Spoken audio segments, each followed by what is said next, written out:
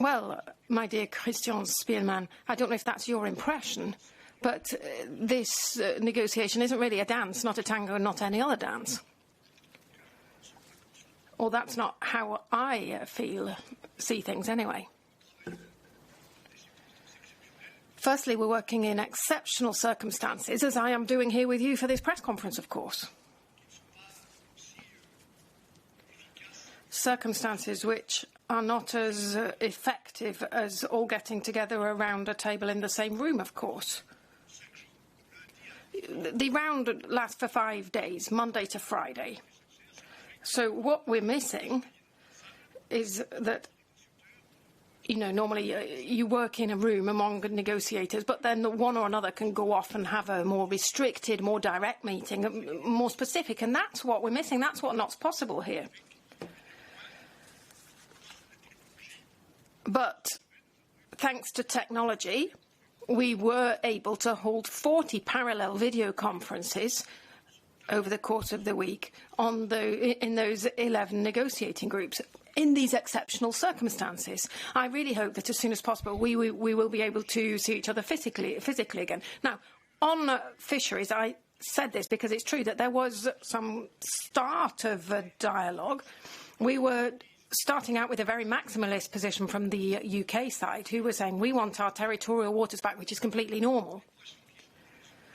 The fish in the waters, which give rise to other problems, of course, and we'll talk to you about that every year. Well, that's a position that we can't accept. We have a very strong position as well. You might say, some people might say maximalist as well, and we say change nothing, status quo. But if nothing shifts, then no discussion is possible.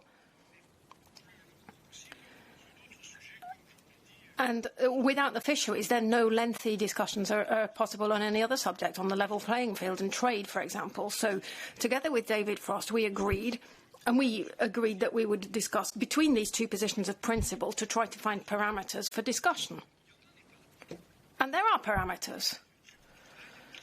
The fisheries negotiators have done a lot of work, and we are happy to work on those with the British. Now, it's zonal attachment, which is the only criterion which the UK is putting up. Now, for us, that might be one element, but certainly not the only one. There are historic rights, which sometimes date back centuries. There are the economic interests of the local fishing communities on both sides. There's research, there's technology, trade, of course. There's the respect of UN laws and rules on sustainable management of resources and so on. All of that has to be discussed. So, and discussed species by species. And let me remind you that there are about 100 fish species which we both fish in each other's waters. So, in terms of substance on that subject, I think that it will be confirmed. I hope that it will be confirmed at the next round, that we'll be able to discuss things in detail on the basis of those parameters. Now, what it says in the withdrawal agreement and the political declaration, the Speaker corrects himself, the political declaration, is that we have to seek out an agreement on fisheries by the 1st of July, and we have to do our utmost, our best endeavours to get to that point. It's not an obligation. The sooner the better. If it's a bit later, as part of a global agreement, because the subjects are linked, then it's still doable for the fishing communities on both sides. But we've still got a lot of work ahead of us.